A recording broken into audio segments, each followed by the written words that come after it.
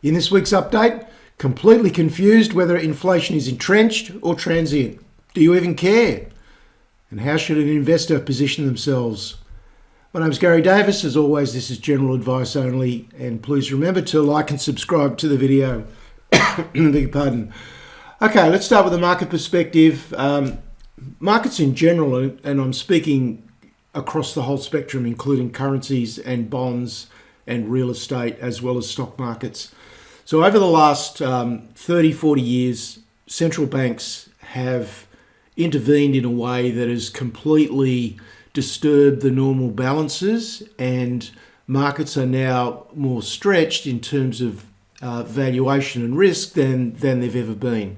So that's the backdrop to where we are. And we're now in this very unique situation where everyone is completely fixated on inflation and hence interest rates, and then hence from interest rates the stock direction. This is the most important issue for markets. So if people perceive that inflation is going to be hanging around for a long period of time, and therefore interest rates are going to need to be higher for longer, then that is going to have a huge effect on the stock market. So this is an absolutely critical question, yet the inflation data, and this has been confusing me since the start of 2022, the inflation data is so inherently unreliable and misleading because it depends on how it's presented. It's presented chopped up and presented in all sorts of different ways, leaving things in, taking things out, and also who is presenting it. So in other words, how it's being interpreted. Is someone basically an inflation bull or an inflation bear? You can present the data in all sorts of different ways, and I've just read so many interpretations of late that I'm completely confused whether we've actually got a serious inflation problem or not.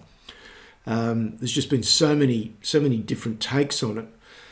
So is it structural? Is it something that's really serious and it's going to hang around for a long period of time? In which case, stock markets in general, not all sections of the stock market, but stock markets in general have got a huge problem. They really do. Or is it just temporary? Is it going to pass through? Is it merely a transitory phase that we're going through, and inflation, given the interest rates that have already happened, is being effectively contained and curtailed, and stock markets can get on and do whatever they want to do? Now, I don't know the answer to that question, and I don't think anyone else does really either. They can guess at it, but I don't think anyone really knows at this stage. But the key thing here is that many previous strategies that used to work in the 60s, 70s, 80s, maybe even the 90s, they're not working anymore because markets are so stretched, and because we're now in a brave new world that the quantitative easing has created. So therefore, risk management has never been more vital. And in speaking with a lot of people, as I have the opportunity to do, no one seems to really appreciate the fact that you can mitigate risk with most things. A lot of people seem to feel that they're just a victim of the stock market, that there's nothing much that we can do, and if the stock market wants to go up or down, well, so be it, and we've just got to cop the consequences. And that's, couldn't be further from the truth. There's actually a lot of things that we can do to help manage risk. And those that just keep plodding along, doing the same old thing, taking some recommendations, buying some stocks that they think should perform well, but they don't really know, then I think over the long term, those people are going to pay a heavy price. And that's probably the majority of the investing population. So how best to not only protect our capital, but to really prosper? Because we don't want to just, hide and just protect our capital. We've got to make a return. And if we can, without taking too much risk, we want to make a really good return. So how do we really prosper? There's a number of parts to this, but for me, there are three key things. First of all, stock selection, because why would you want to own a broad cross-section of the stock market knowing that some parts are going to be underperforming? Why wouldn't you just try and cherry pick the parts that have a very high probability of performing well? The second thing is the methodology. Most people don't give any thought at all to how they'll buy things, how they'll take profit, how they'll protect their capital. There's just, there's no game plan there at all. And the third thing is just being really seriously organised, understanding what it is you want to buy. I'll come to that on the next slide. So these are some of the stock selection musts from my point of view. There's quite a lot of them, but these are just a couple of the key ones. But I go through this in great depth with members. They've got to have powerful tailwinds for earnings growth for many years to come. That's pretty much a given. And there are parts of the market where that is the case. Now, sure, the prices will have their ups and downs, but I'm talking about the growth of earnings of the business, which is really quite often in the shorter term, it's a separate issue. So if you've got a stock that can reliably grow in this sort of environment for years to come, then eventually the price will follow. You need top class management because without that, not a lot else really happens. So that's a given. And you want growth, and you don't want to overpay for it. Through a lot of the last 10 years, investors have been paying way too much for the growth. They've ticked the growth box, they've ticked the quality box, but then they were prepared to pay 50 times or 80 times earnings to get it, which is just crazy. If you've got to pay that much, then it's just not worth it. So you've got to be able to get that growth at a price that gives you a margin for error, limits your downside, and allows the upside to be realised. Second, methodology and strategy. You've got to own it, and this is really important. I don't think anyone really gives this too much thought. To me, you've got to own stocks in such a way that your psychology can deal with the volatility, because we are going to have volatility. Whether inflation is structural or whether it's transitory is not the point. We're going to have volatility regardless, I believe, because markets are so stretched. So therefore, you need to buy and hold in a certain way, in certain position sizes that your psychology can accommodate that volatility, and you don't get scared out of a position, what is a good long-term position. You don't get scared out of it by short-term volatility. And there are numerous things that you can do. Many ways to mitigate risk. Just most people don't ever stop to think about them. And the final thing is organisation. It's not a difficult thing to sit down and figure out what you want your portfolio to look like, which sections of the economy are you looking to gain exposure to, what are the best stocks in those sectors, and to have a big list of potential targets. Again, I see too many people get their heart set on owning a particular stock, and then they'll rationalise a way to get into it. And it's just not the way to do it. Just have a big list of stocks, have an idea of what price you're comfortable paying, and just buy whatever comes into that range. And if the stock that you've got your heart set on doesn't come into that range, then so be it. So that is the way forward, I believe, and none of us have to be victims to whatever the stock market wants to dish out. So that's the key message for today. Now, American stocks, the S&P was down 0.3 for the week, but it was options expiry, and there's always just so much blatant manipulation goes on in the American market in the few days leading into options expiry that who really knows? I think we've just got to look at options expiry week and just shrug our shoulders, I guess, and not conclude too much from it. The indices are still in a bullish orientation, is the way that I read it, and they're just consolidating the prior move. And I don't think there's any evidence. I've been reading of late that there's evidence that markets are topping. Well, I can't see it, to be honest. All I can see, as I'll show you in a minute, is just consolidation of the prior move. Now, the US dollar index Pardon me. US dollar index was higher to 103.89. The 10-year yield was up again, so we've pushed back up from 3.4s. We're now back up to 3.8, and that's weighing on the market a little bit. But if that had happened last year in 2022, then the markets would have sold off very heavily. But they didn't, and they're not at the moment. The VIX is still steady around about 20, and the 10-year, 2-year spread is gone even a little deeper into the negative, 0.78. So the bond market's certainly saying recession, that's for sure. All right, here's the S&P. So I've been saying for some time now that the character has changed. We're seeing much more bullish action than we saw in 2022. You can see we've formed higher highs, higher lows. We've broken out of this downtrending channel.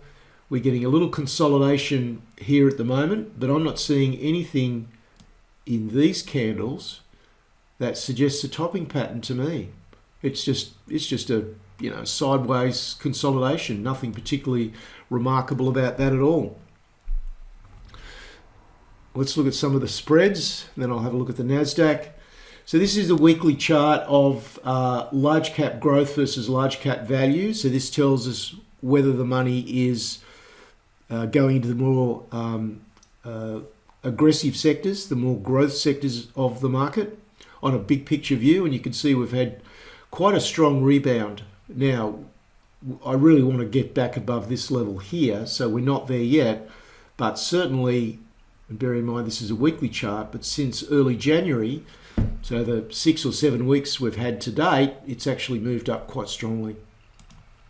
This is the NASDAQ 100 versus the S&P, and there's no question that more money has been flowing into the NASDAQ than has been relative to the S&P. So that one's quite clear.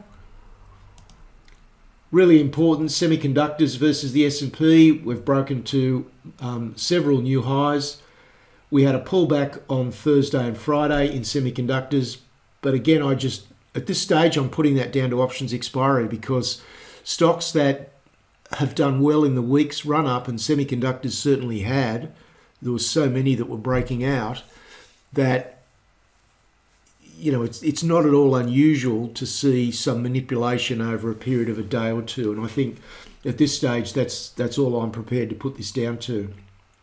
So I'm still seeing a very positive tailwind indication from the semiconductors. And this is consumer discretionary versus staples. As I've been saying, less importance for this when you've got Amazon and particularly Tesla, which are the major components of this index, are proving to be so volatile, particularly Tesla. So they're just having an absolutely outsized effect on this particular ratio.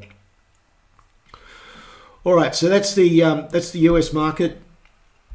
I'll go back and look at the currencies in a minute. The Australian dollar, the low 68s is where we sit at the moment. We lost 1.2% across the week. A lot of that was because of the banks, the CBA result with a big provision for debts, questionable debts, was not well received by the market. So CBA was a big loser, down about 6% on the day, I think, and that dragged the other banks down. And of course that dragged the overall index down as well.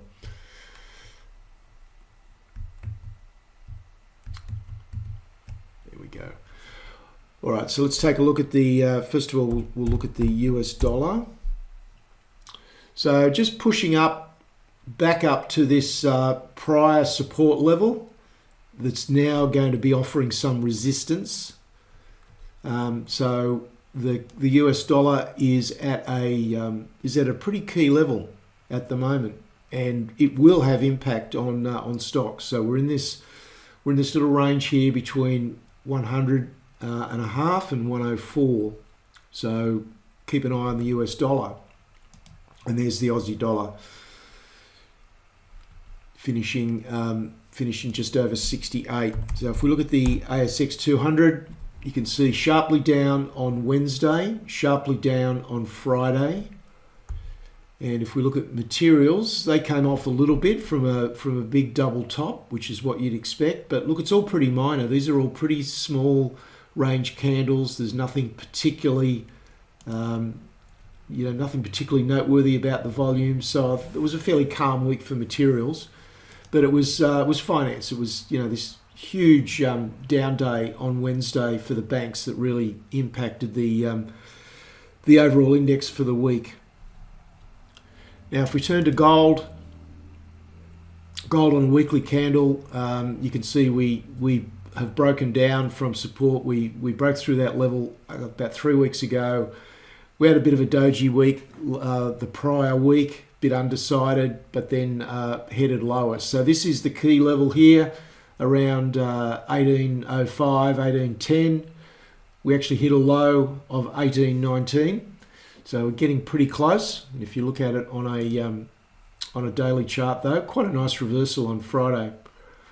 So that's where we sit with gold. It was the correction that I was looking for. I didn't know whether the correction was going to come back to here, around 1875, or back to here. I'll be surprised if it breaks 1800. That would not be good for gold, but 1800 is okay in terms of 2023 being a bullish environment for gold stocks. And if we look at the global indices, this is GDXJ.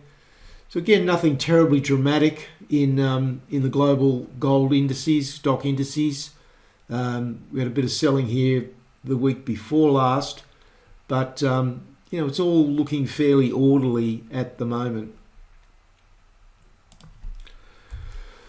All right, so just summarising precious metals, gold 1843 was the finish. That translates to 2705 in Australian dollars, which 2 years ago would have been fabulous profit territory. But of course now cost escalation in the gold mining industry has been very significant.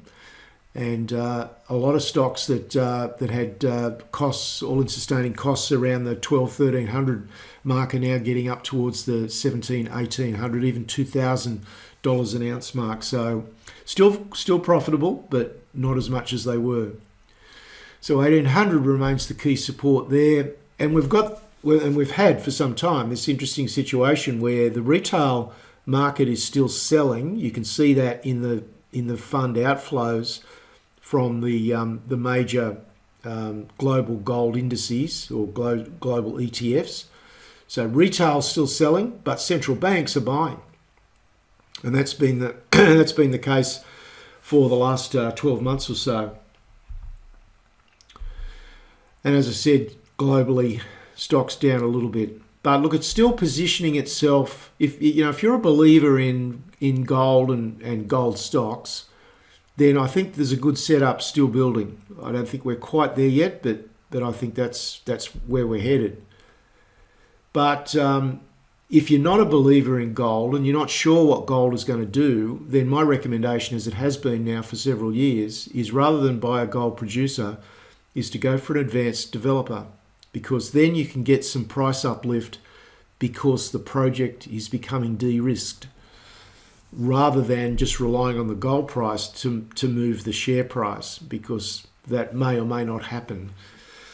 So that's the situation. But if you are going to go for an advanced developer, then make sure you go for an absolutely world-class one, and there are a couple of those in Australia. Turning to other commodities, copper was steady, just on $4. Nickel, though, gave back a bit, back to $11.60. Crude oil came back from 80 back to 76, and energy stocks in America sold off quite hard. Now, I've said mysteriously, but again, it could well be that it was just options expiring. So we'll get a better handle on that next week. The US oil inventories rose, so that had some impact on the oil price. There's the copper price, no change, and the nickel price down a little bit. So wrapping things up, for me, success is always about being just really clear, crystal clear about what you're doing, what your process is, how you're going to buy and sell, and then getting organised so that you are tracking the stocks that you're interested in. You know roughly where it is that you want to get in, and you're doing it in such an organised fashion that you don't miss things.